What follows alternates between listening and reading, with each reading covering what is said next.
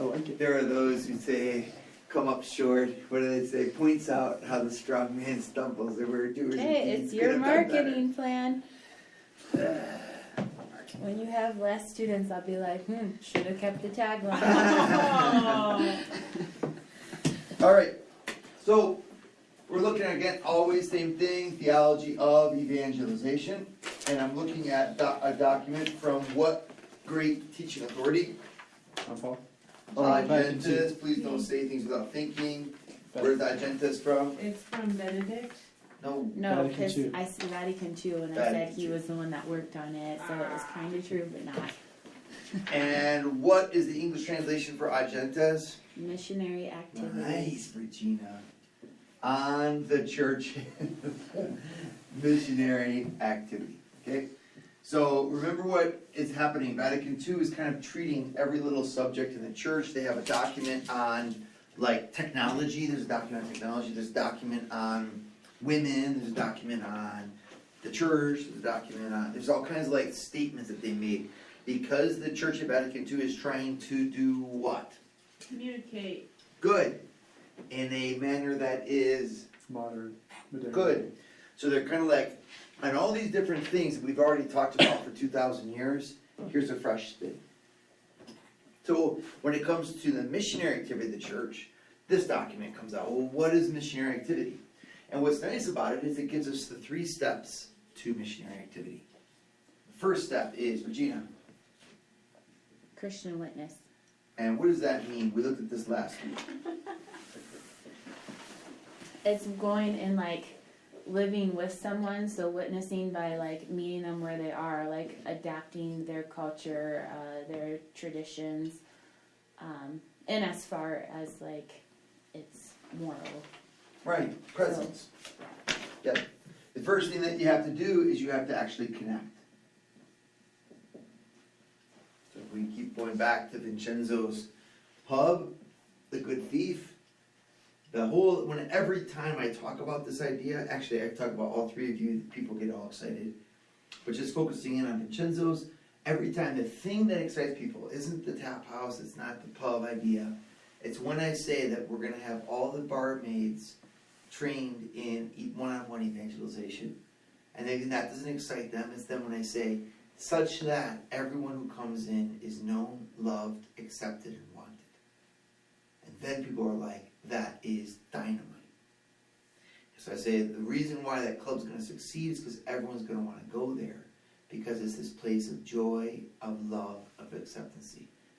So I'd love to connect with you, Vincenzo, because I've got more and more ideas about what's going to make this work. And your staff has got to be a little community that's really dedicated to carrying a spirit of joy. It's almost like you're going on to the camp, the Eagle Eye camp for a day. And you're just met by all these people that are like so happy and so confident. And they totally know it. Southwest Airlines employees. It's kind of the feel. I don't like Southwest Airlines. I don't like it at all. But the thing they've got down is every employee is confident. They stand kind of like this. They're real, authentic, and they're confident in who they are. And it gives the vibe of a family working together. Well, you need to work on that. Because what you're doing in that setting is this connection. So here at the connect phase, the evangelizer adapts. He changes. And again, this is where, as I went over last week, the conservative stops. Because we say, we can't change, we can't adapt. We're going to lose identity. A Catholic woman should have a skirt on and a modest blouse and her hair done preferably this way or that way. And it's funny because it's like how far are you going to go? You know, if you go all the way to being biblical, you end up being Amish. No makeup, because St. Peter says, do not do like the pagans with makeup and jewelry on your ears and braided hair, no braids. It actually says that. And so it's in the Bible, so that's why the Amish do that. They're like, no makeup, no braids, long hair, blah, blah, blah, because that's what the Bible describes as the ideal for womanhood. Well, if you are going to evangelize, you can evangelize that way. Again, I'm not saying you can't, but at the same time, you have to be willing to change in order to make that connection. Here's why. Here's a fascinating bit of knowledge. So this is like free knowledge, special segment. Free knowledge.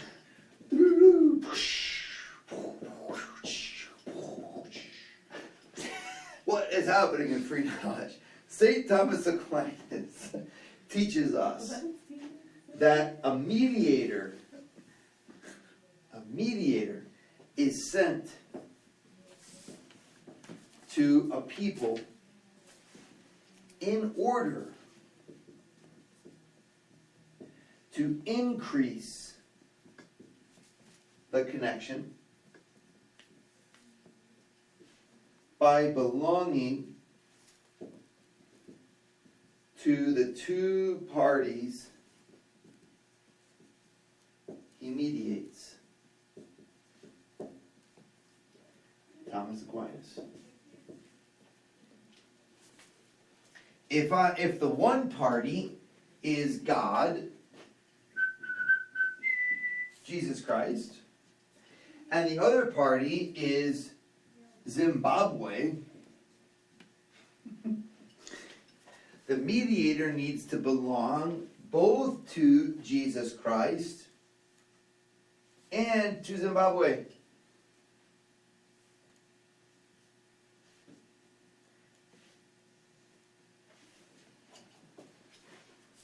If the mediator belongs to Jesus Christ and America, the bridge will fall short and not reach Zimbabwe. If I'm trying to therefore talk to ultra-modern weirdos, and I'm a big fan of Trump's immigration policy, I will most likely miss the mark. And the weirdos will go unevangelized. I might like Trump's immigration policy. I might like his Supreme Court nomination. But if I'm trying to win over people who don't, I shouldn't go around making that the first point that I bring up. The first point I should bring up is where I have things in common with them. Oh, you have tattoos? Wow. I don't have any. So, you have skateboard. Wow, you have weird hair. Wow, what do I have in common with them? I know. You are like convinced that life should be lived on the edge. So am I. And once you find that commonality, then you can converse. What do we have in common? Or we're looking for something to grab onto here, some sort of interest. That's why where evangelization often fails is when you have a dud on the other line. You're trying to talk to the guy, hello, what are you interested in? They're interested in nothing. It's like a 14-year-old kid who's got his arms crossed. Like, you can't evangelize that person. You can try, but they have to give you something where you can connect with them.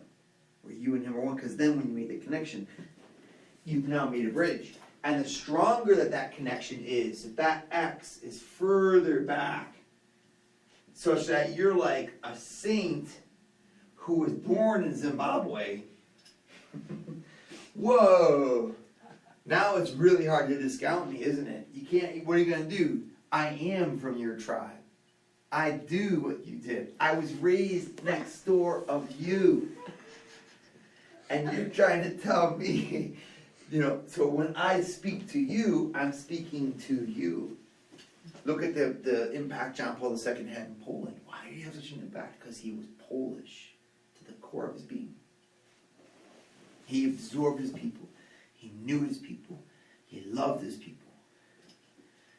That's going to make him an awesome evangelizer. So you want to think, as Thomas puts it, the mediator is a connector.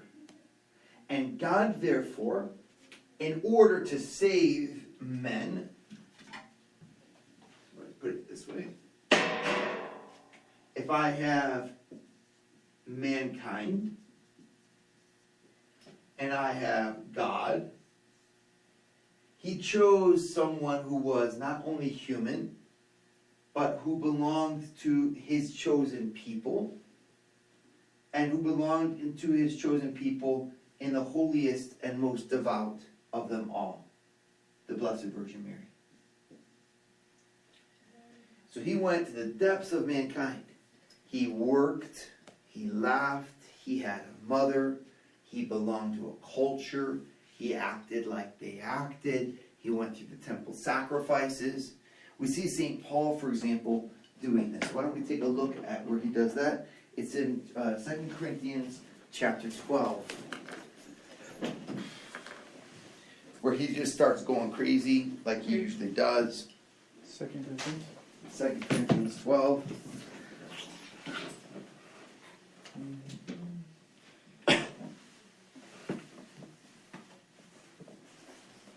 If I must boast, verses 1. He says, no, it's 2 Corinthians 11. Whenever one dares to boast, I'm speaking as a fool, I also dare to boast. Are they Hebrews? So am I. Are they Israelites? So am I. Are they descendants of Abraham? So am I. Then he switches. Are they servants of Christ? I am even more one. With more labors, more imprisonments, more countless beatings, near death. If I must boast, verse 30, right, I'll boast of this or that. So what he's trying to show is that he belongs to both, and so they can't discount him. Are you both Jewish and both Christian? I'm maximally there. So on the one, this means for the evangelizer, there's a dual pole. On the one hand, we have to go increasingly in towards God. And at the same time, we have to go increasingly in towards the culture to whom we're sent. This is where it's hard. Because it means that we have to leave our home behind. If we're going to evangelize.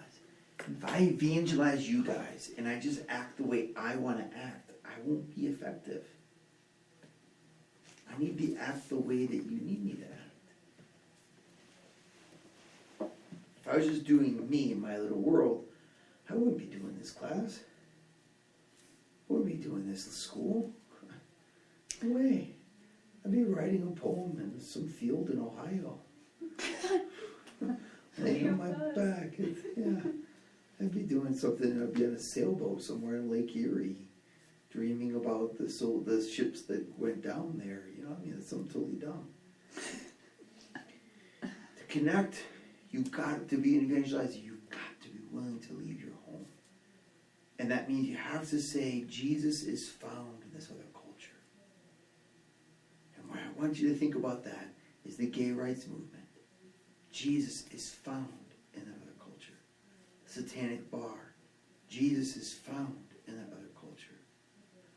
Now, the poorer the culture is, the less he's found. I am the truth. So like the satanic bar culture, he's almost like not even worth your time looking. Because there's nothing there except pizza, beer, and dancing, music. Pizza, music, beer. Pizza, music, little demons. Pizza, music, beer. So I mean, there's not much there, but there still is something. There still is. There's the self. There's the idea of relaxing. There's the idea of anger. So there's stuff there that you could work with. Everywhere there's people, there's truth. It's just some is more, some is less. The richer the culture, like homeschool families, wow, the more you can latch onto and run with. Or arts, the arts, there's so much there. The beauty, the form, the perfection, the discipline, the desire, the passion, the thoughtfulness. Right? So I need to be able to have that, and that's where that missionary spirit is just not present in everybody. You're going to be so disappointed the number of people in our church that do not have it. What they're interested in is they're like, look, I have a culture over here. It's called Ohio. And I have a God. And the two have met. Ohio's been evangelized. And so This is the church, bro. So don't you come up to me with your little Colorado ganja and your little Colorado tattoos and your Colorado permissiveness. That's wrong, bad, evil, condemned.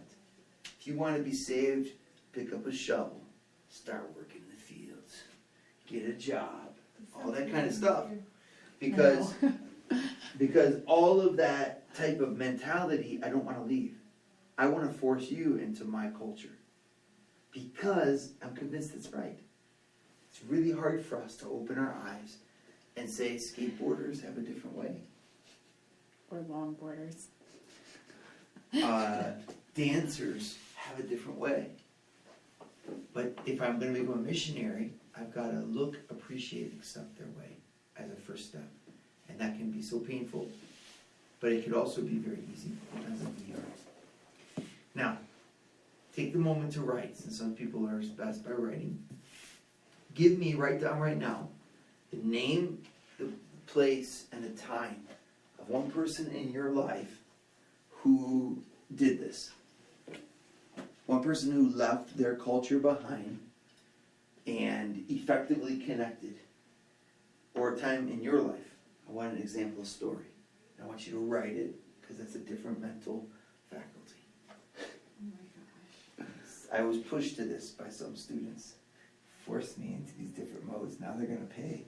So go ahead. I want you to write it out. I want the name, This is all my the fault, guys. location, and the time. I regret it. I was giving masterful lectures, but they just weren't enough. They were not. Name, location, time.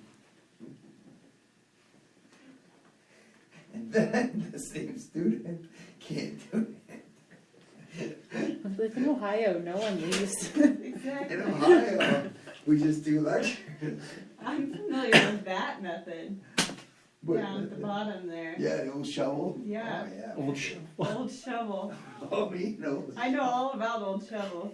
So somebody left their culture behind to evangelize us, or a time when we left our culture behind to evangelize somebody. They would give me an example of someone who's done that. It's just you have to write because sometimes verbal isn't the same. Write it down. Come on, I'm trying my best here. It's killing me, but like we're wasting time. Get an example of something that was that where you've seen that happen.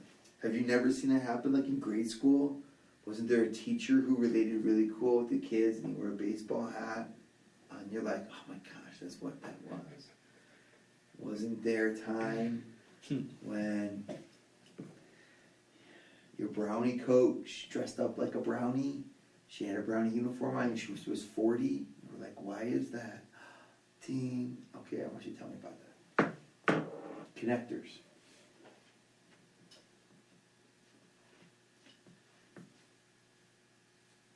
Never had a priest who was... If you think who touched your life, you're going to find someone who did this. No man in his right mind tries to reach out and inspire teenagers unless they've chosen to.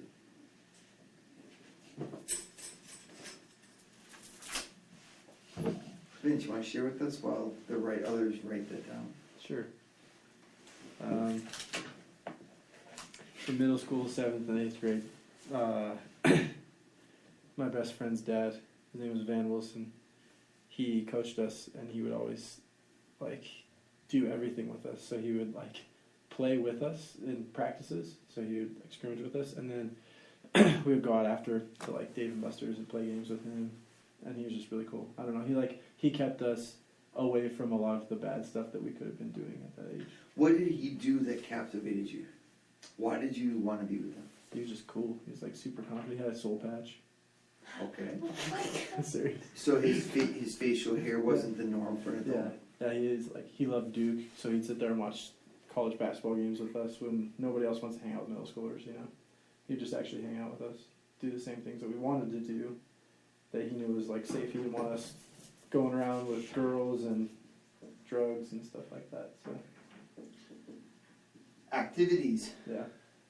So he shared your activities Mm-hmm. and he shared your appearance. Mhm. What other things did he share that was yours? He said he played games with you. Yeah, like Dave and Buster's and stuff. What is Dave and Buster's? It's like a arcade. So, like, obviously, he shared his activities, but he also shared yours. Yeah. He was willing to go down to your level. Mm-hmm. And you remember this guy still. Oh yeah, I hang out with him all the time.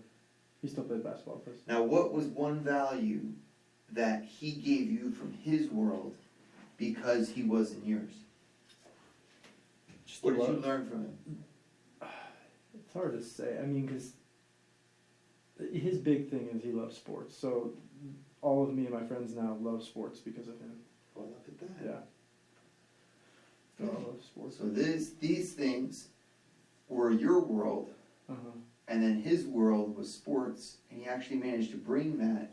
You listened to what he said when he talked about sports, Mm-hmm. because he took the time to get you ready to listen. Mm-hmm.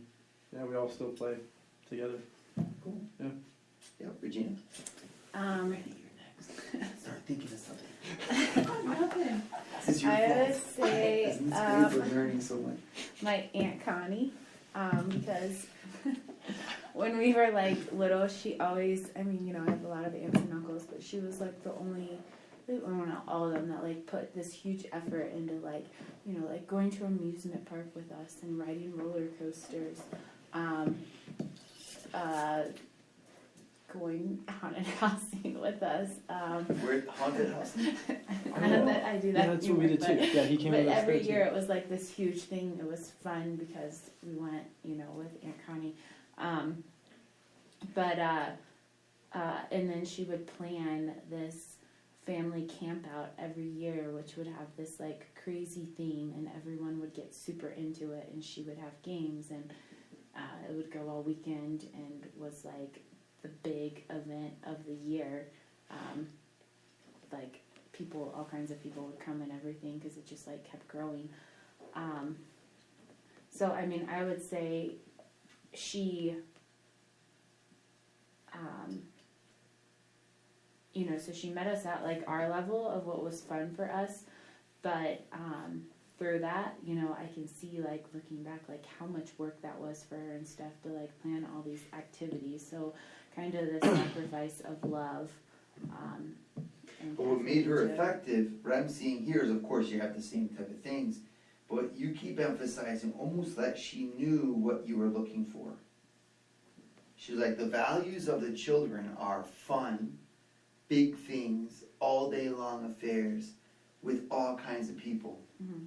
So she's providing that. Imagine if she was like, I think the devil's in that. The devil's in fun. You're not going to connect with you. You might connect with someone else, but you're not going to evangelize you. If you're going to evangelize little kids, you have to look at them and say, what they're looking for is this. I'm going to identify with that. Now, sometimes it's a choice, sometimes it's automatic. Most evangelization is done automatically. You don't sit there and be like, I'm studying them. What do they want, you know? It's done just by feel. And plus, it's you. It's like, you know, God, but like, what's going to be at the base of it, whether it's chosen or not, is the same thing. Look at this: appearance, activities, and values. You got an example for us, Bree? Who's someone that's connected with you? And how do they do it? By stepping outside of their curmudgeon self to cheer me up, Okay. be a total goofball. Goofball. That touched you? Why did a goofballness touch you? Because it was like not of their nature, and it was totally outside of themselves and very obvious. But like, not very obvious in the sense that it wasn't genuine, but it was very selfless. So you like this? Bree has an appreciation for the silly. It was, it's very case by case.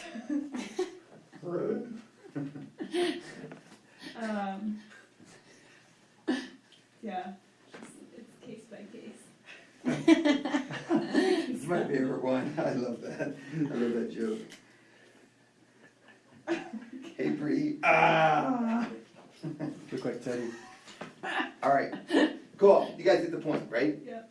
So I'm going to keep emphasizing that because it's so important. This is why we're not evangelizing. It's because we see a bunch of drunks, we see a bunch of barbarians, we see a bunch of lewd women. We put all these labels on them instead of seeing a value in a culture situation, a subculture that's waiting for the gospel and that has Christ present there. So when I keep thinking of that story when we're at the baseball game and those guys were on the beer trolley, an invention I didn't even know existed, a new creation. I was looking at it going, what in the world is this, you know? That's awesome. Right? And so like, you're standing there and you're just like, that is a culture I've never experienced, never even knew existed. I'm repulsed by. I mean, the driver, she doesn't care. No one's talking to each other. They're all in their own world drinking to make a chemical reaction in their brain. Like, this is like pretty lousy. Judgment from my culture towards theirs. Now, if I was going to evangelize them, the first thing I'd have to do is get rid of that and say, where's God in this? And I would see fun. I would see a world of joy and peace where there's no problems and everybody loves each other. So sort of shallow, fine, but it's there. How cool that. The reason why everyone goes to that is because it's a place where there's no problems. They pay money to escape. There's God there too. It's like a thirst for heaven, isn't it? And no one's doing it alone. Some guy rents out a beer trolley by himself so he can drink more beer. You know what I mean? You don't do that. You go with your friends. So there's a shared experience. And now, what I'm going to do, and I'm sure Bree's writing this down because she's just fascinated by the brilliance of my mind as I'm doing this. Huge effort for her. Okay, look. Now, what I've seen when I see the other culture, when I see the other, so to speak. So this is my world. You know, this is Toledo. The great Toledo, Ohio, whose motto is, remember, orare est laborare. To pray is to work. It's the Latin equivalent of Arbeitsmarkt frei. What's that? So that's kind of across the board of Ohio. Yeah, it's just kind of like, you know, it's like, yo, what a great morning. Let's get something done here. Yeah. Okay, so that's our worldview. Then over here, you've got, you know, the beer maids. There's the barmaids and the beer maids. Okay, so like there they were, laughing, ha ha ha, drinking on a beer trolley. What I see though, if I'm like, I'm going to help those people, the first thing I have to do is start to appreciate, where is God? So I ask, where is God? And by God, I look for two things. Where is their truth? And where is their love? It's in a different guise. There's tons of truth in Toledo. And there's tons of love in Toledo. But it looks differently than it looks over here. It looks differently than it looks over here. And so I've got to like change my glasses and say, the Toledo is not the truth and the love. It's that there's truth and love in Toledo. So now I got to not look at the Denver. I got to look for truth and love in Denver. It's an act of intelligence some people are absolutely incapable of. And most of the ones who are capable of it are on the Catholic right. I love the Catholic right. It's better than being on the Catholic wrong. But at the same token, the same people who will start encouraging you will quickly become scandalized when you no longer fall out of the mold. Because the mold is 1957, Chicago. That's what they got that. Or the mold is 1853, France. And then if you look at it, or the mold is an Irish Catholicism of 1370. It's like, depends on, but it's neat too when you're confronting those people because they're right. It's not a problem. Everybody has a mold. It's just that the missionary is one who recognizes that the mold is one cultural manifestation. And if I'm going to another culture, I've got to go beyond it. So then I look, where here is there truth and love? And I say, okay, the beer maids, where is their truth? Well, the truth I would find in the fact that you You drink for fun. Almost like if you want to look at it, think like if you were to ask them a question, what they're doing is wrong, where would they fight back? They would say, look, this is fun. They would say that getting drunk is relaxing. They would say that, and this is all true, they would say that getting drunk on the beer trolley is social. I want to be alone. So now all of a sudden you've got three values here that they're looking for in the wrong place, of course, because they're looking for it in drink. But look what they're looking for. This is called the church. If I could meet them with a church that gave them fun, relaxation, and social life, I could start to evangelize that person. Isn't that cool? But if I started off and I said, no, you should be on your knees in adoration when the person is saying this is fun, where is their love? Well, they're doing it together. They're also doing it in a spirit of safety. I'm amazed by that. People are doing activities that are extremely unsafe, but they insist on doing them safely. You know what I mean? It's like, no, we're walking together. Come on, Sally, let's go together. Now, both of them are drunk, but boy, they know enough at this instant. Don't be alone. Whereas, it's like, Sally, where are you? I gotta find her. What's the matter? She's all by herself, and she's probably drunk, and I don't know where she is. And now you've got this amazing, look at all that love. How do you know this? I was an RA. So there's this safety, beautiful thing going on. Well, there's love. I mean, and there's even there's love in terms of even like joy. Like it's impolite to be ready to fight when you're drinking. That's like a jerk. Come on, Jack, just calm down. You're ruining my night. Why? Because it's supposed to be joyful. Okay, I'm seeing a lot of things there that I've got this. Hey man, this is cool. You care about each other. No, I'll walk her home. No, she's fine. She's with me. She's fine. You guys got each other drunk, and she's with me. Oh yeah, okay, I'll trust you. But then again, there's that moment where it's serious. Cool. And then I see all kinds of other things here. I also see in the truth, I see beauty. We get dressed up when we go out. We put on perfume. We put on makeup. That's kind of cool. There's excellence there. There's also you can put the excellence of the tastes.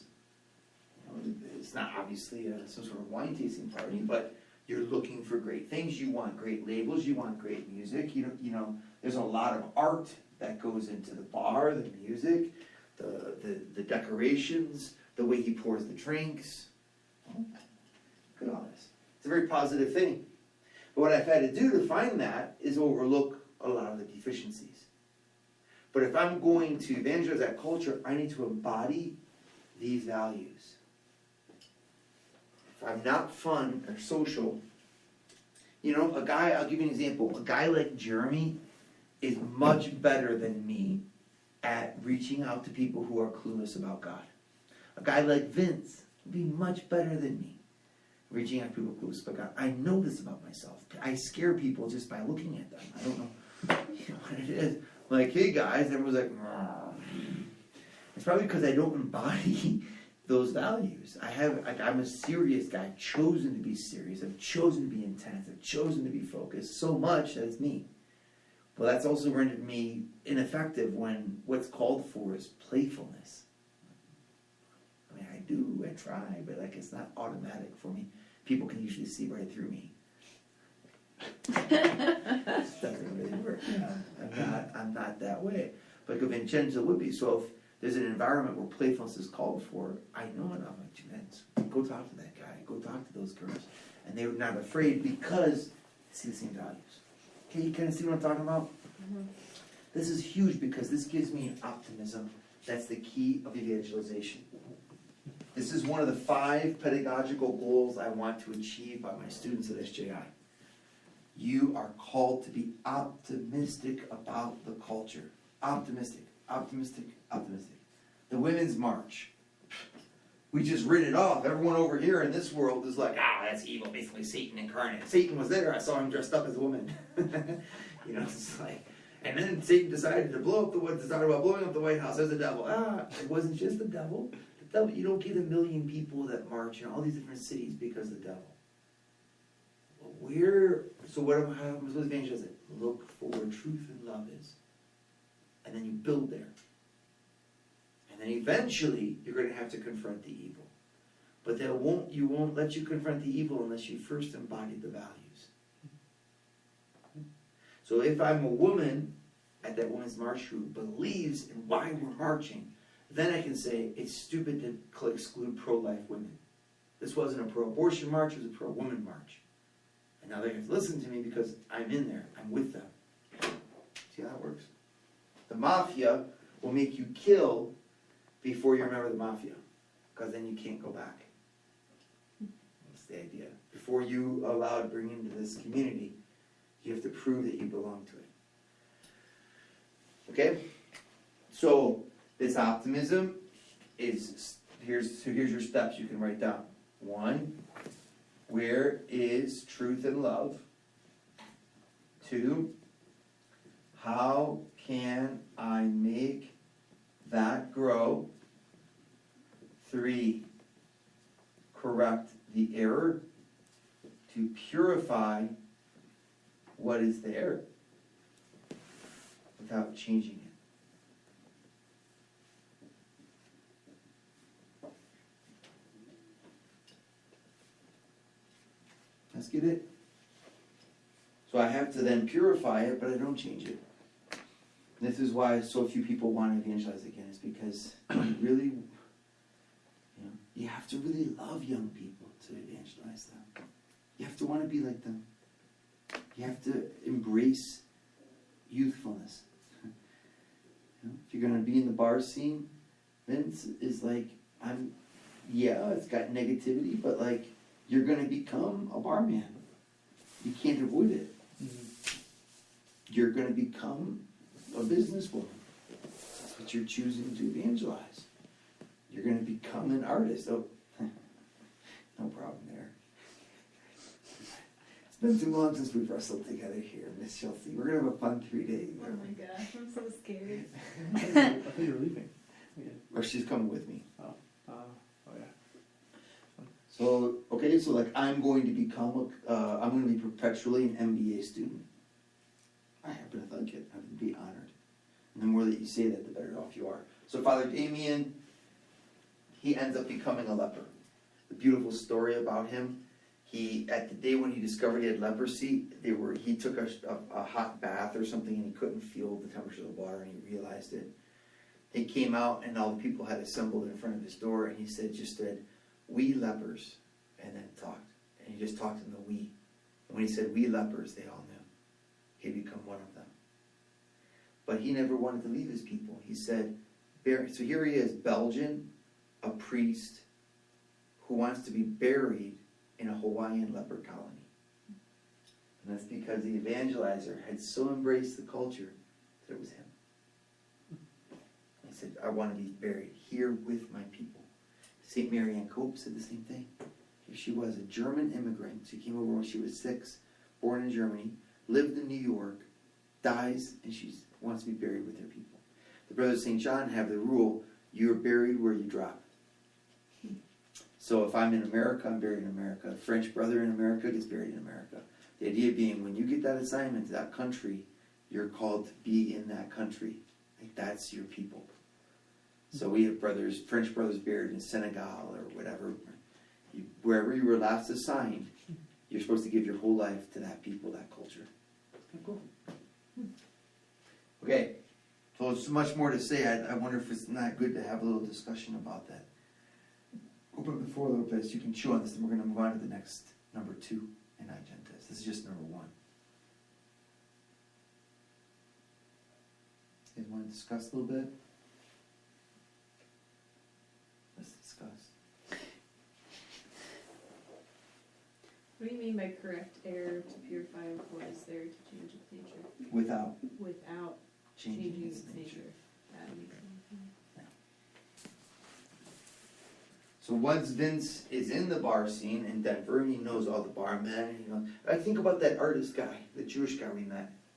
Oh yeah, yeah. I like that guy so much. I liked him Down of Santa Fe. because you could just see he was more than an artist. He was a human being. Mm-hmm. He was a human being in art. That's what the impression I got of him. He wasn't just absorbed in the working, the selling, the feelings. He got into another level Mm-hmm. where he was actually an ambassador and a businessman. I mean, what a gentleman for his coffee. He didn't do that with the other guests. He liked us immediately. It was cool. Well, when I think he chose to so embody the art scene, he knew he dedicated his life to that he identified with it. But that means he's an art guy. You gotta be something. So do you think you're limited then, like in that there's probably an area like you aren't good at going into an area and being, like you would be serious. So there's going to be certain people that you're never going to be able to evangelize to, or is that would all be eternally you learning? This is just Father Nathan wisdom type of thing. So it's but the older that you get, the deeper your roots set. So let's suppose that you, Regina, say, well, I'm going to go from ministry to ministry. Eventually, what does that mean? I'm an evangelizer who goes ministry to ministry. And so that means that now I'm going to start to know other evangelizers who go ministry to ministry. I'm going to be someone with a skill set of business who loves the church, and you're going to find other people like that. That's going to become the subculture that then you evangelize. You're like, okay, I got to bring God to all these people who are consultants for nonprofits. You're going to start to see, there's a lot of avarice, there's a lot of impurities, a lot of not caring. I want to evangelize that. So you're going to become just naturally more set in a specific area. Now, a saint will always have something that transcends. A saint will, the more you go to God, the more every culture kind of opens itself. Someone like a Mother Teresa, she could have gone into a bar. So, I mean, if we're really being good evangelizers, we should all be able to do that because we're called to be saints. Yep. That's why I had the two arrows. You're always called to go deeper here and to go deeper here. And the deeper you go here, the more you're going to be able to touch and impact. But you impact it in a different way.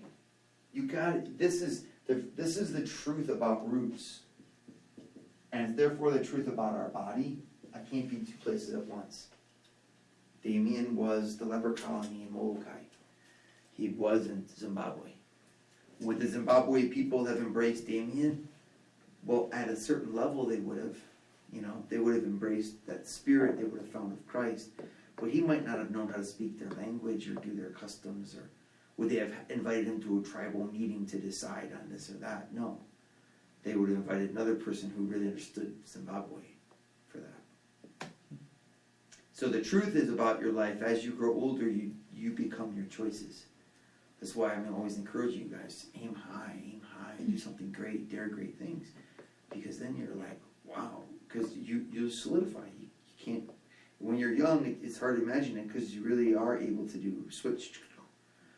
But once you get your MBA, and you decide to still open a bar in Denver, or you started to go to Toledo and not Cincinnati, you become more and more effective. Your roots go deeper and deeper.